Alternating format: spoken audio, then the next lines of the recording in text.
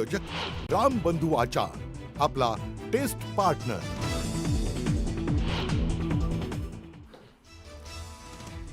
शिवसेनेचं काश्मीरमध्ये लष्करातील जवानांसाठी सिंदूर महारक्तदान शिबिर। उपमुख्यमंत्री एकनाथ शिंदेंसह सांगलीतील 1000 पैलवान करणार महारक्तदान।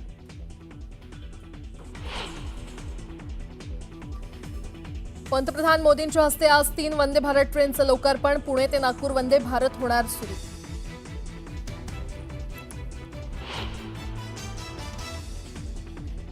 इतके दिवस शरद पवार का बोलले नाहीत, तर राहुल गांधींच्या भेटीचा हा परिणाम दिसतोय। शरद पवारांच्या गौप्यस्फोटावर मुख्यमंत्र्यांची खोचक टीका।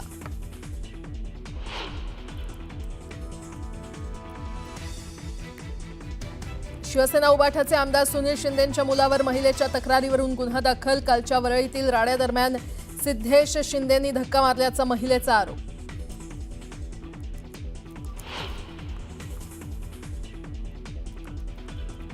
शिवसेना उद्धव बाळासाहेब ठाकरेंचा पक्ष राज्य सरकार विरोधात मैदानात। सोमवारी राज्यभरातील सर्व जिल्हाधिकारी कार्यालयांसमोर आंदोलन।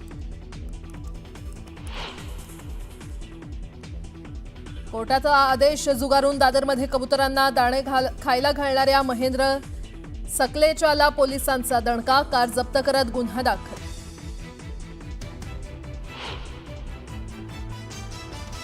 भारतानं पाकिस्तानचे 6 लढाऊ विमान पाडले। भारताच्या कारवाईत पाकिस्तानचे मुरिदके आणि बहावलपूर हवाई तळ उद्ध्वस्त। वायुदल प्रमुख अमरप्रीत सिंह यांची ऑपरेशन सिंदूरबाबत महत्त्वाची माहिती।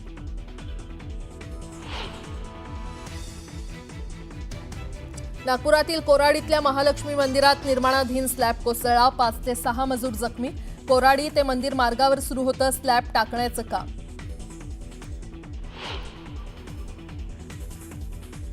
कोल्हापूरमधील अंबाबाई देवीच्या मूर्तीवर उद्यापासून संवर्धन प्रक्रिया। 2 दिवस दर्शन असणार बंद।